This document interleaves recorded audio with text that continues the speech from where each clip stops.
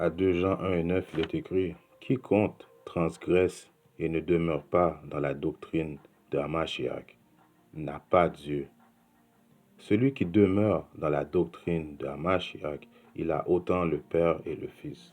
Tout d'abord, je me rends gloire, hommage à Yahweh, Bahashim, Yahusha, Bahashim, Okakudash. Shalom aux élus et double honneur et respect aux apôtres et aux aînés de Great Millstone. Et salutations, croyants et croyantes. Ici, frère Amos, et je suis back avec notre leçon inspirée de Yabashim Machai. Alors, cette leçon, ça va être une leçon pour faire attention aux faux prophètes qui sortent de droite à gauche. Et ils se multiplient constamment.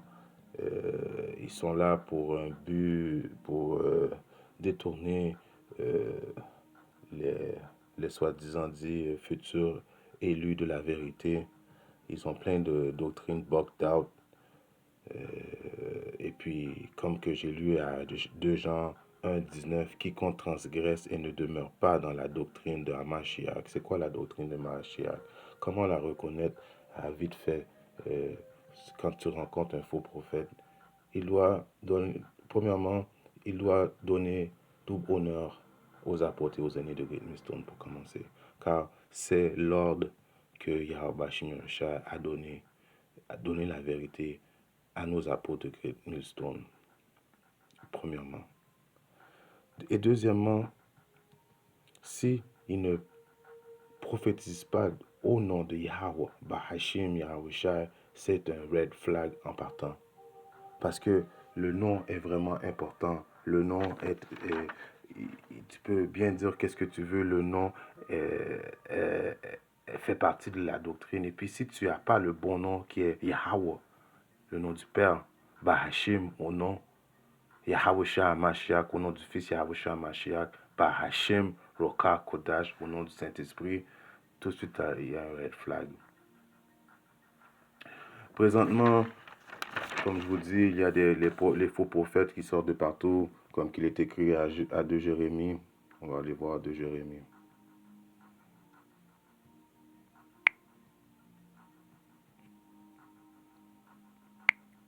De Jérémie 23 et 21, il est écrit, je n'ai pas envoyé ces prophètes, cependant ils ont couru. Je ne leur ai pas parlé et ils ont prophétisé. Vous comprenez? Yahweh Shimon les a même pas envoyés et puis ils ont couru prophétiser. Nous pouvons les voir, nous de Great Millstone, qui a en passant, c'est 100% la vérité. Ceux qui prophétisent de Great Millstone, commençant par les apôtres et les aînés de Great Millstone, ont été donnés la vérité par Yahweh Shimon. La vérité, c'est pas que tout le monde aurait eu la vérité. Premièrement, tu dois être un Israélite. Et tu dois, pas seulement ça, tu dois faire partie des élus des Israélites. Alors c'est une communauté, comme une communauté dans une communauté qui a été destinée à avoir la vérité. Alors, quand ils sont envoyés, tu les vois, ils ont comme des démons sur eux, comme ils peuvent te dire, salut, brother, Allah Akbar, tu sais qu'il n'a pas la vérité. Il peut te parler de Jésus-Christ, tu sais qu'il n'a pas la vérité, car ce n'est pas le nom de Yahweh Shimon. Jésus-Christ est un autre Dieu, un faux Dieu, qui est le Dieu des démons, qui est le Dieu des Édomites. Salut, brother, Selassie. Non, il n'y a pas de Selassie.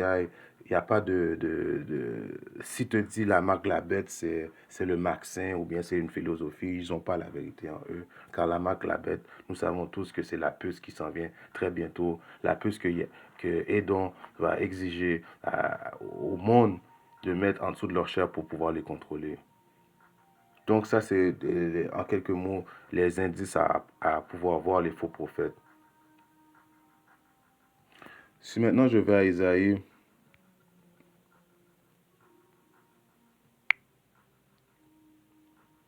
« 8 et 20. À la loi et au témoignage, s'ils ne parlent pas selon cette parole, c'est parce qu'il n'y a aucune lumière en eux. Alors tout ce qu'un prophète dit et déclare, il est baqué par les Saintes Écritures dans la Bible, dans les versets. Alors si quelqu'un commence à blablabla de son propre cœur, il n'a pas la lumière en lui. Présentement, il y a des faux prophètes qui sont slash aussi des économistes. Ils essaient de faire comprendre au monde d'économiser de la nourriture ou bien de devenir chasseur. Comment tu vas devenir chasseur? Comment tu vas faire pour manger si Edom a tout planifié? Mais quand que je dis Edom, nous savons que c'est Yahweh Shimashai qui utilise Edom pour venir à ses fins. Mais éventuellement, il va y avoir une famine dans le pays, tout partout dans le monde. Alors, même si que tu as bien beau économiser l'argent que tu veux, même si que tu as des dons de chasseur ou bien que tu as de l'argent, il y a un verset qui dit dans la Bible que même l'or et l'argent, ils vont jeter ça parce qu'ils vont pouvoir manger. La seule protection qu'il va avoir dans ces périodes-là, qui vont s'entamer très bientôt, la porte est ouverte pour les angoisses de Jacob, mais graduellement, nous entrons peu à peu dans les vraies périodes de Jacob. C'est le Seigneur Yahweh Shimashai qui peut te sauver. Psaume 91.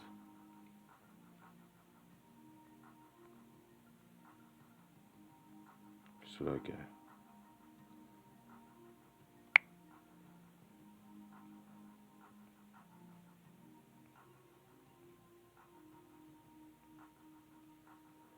Psaume 91 et 14 est écrit, parce qu'il a placé son amour sur moi.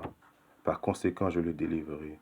Je le placerai dans les hauteurs, parce qu'il a connu mon nom. Yahweh Ba'ashim, Yahusha Ba'ashim Kodash. Alors, notre espérance et toute notre foi et tout notre amour, nous le donnons à Yahweh Shimashai, en espérant que nous sommes dignes à avoir le salut. Tout ce que nous voulons, nous, c'est de voir les chariots venir nous libérer des forces du mal qui est Issa. Les chariots, nous savons que c'est les soi-disant UFO, parce qu'éventuellement, le salut va venir de cette façon.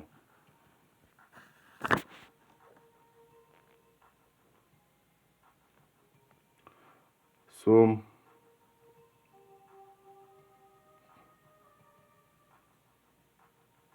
33 et 19.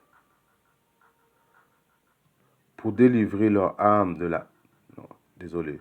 Voici 18. Voici l'œil du Seigneur Yahweh, Ba'ashim Yahushua, est sur ceux qui le craignent. Alors nous savons que craindre Yahweh Shimashai, c'est le début de la sagesse. Sur ceux qui espèrent en sa miséricorde, nous espérons en sa miséricorde. C'est pour ça que nous faisons ces vidéos-là. C'est pour ça que nous prophétisons continuellement. Nous avons peur, nous avons la crainte de Yahweh Shimashai. Pour délivrer leur âme de la mort et pour leur garder en vie durant la famine. Alors, les soi-disant dits prophètes, économistes, quoi que ce soit qu'ils peuvent s'appeler, il n'y a pas d'autre issue que Yahweh Shimashai qui peut nous délibérer de cette période de l'angoisse de Jacob, une période où l'humanité n'aura jamais connu auparavant. En espérant que ces 2-3 mots d'exhortation ont édifié à quelque part un de mes frères dans le monde, si Dieu le veut, je reviendrai avec une autre leçon. Shalom, Kwam, Shalom.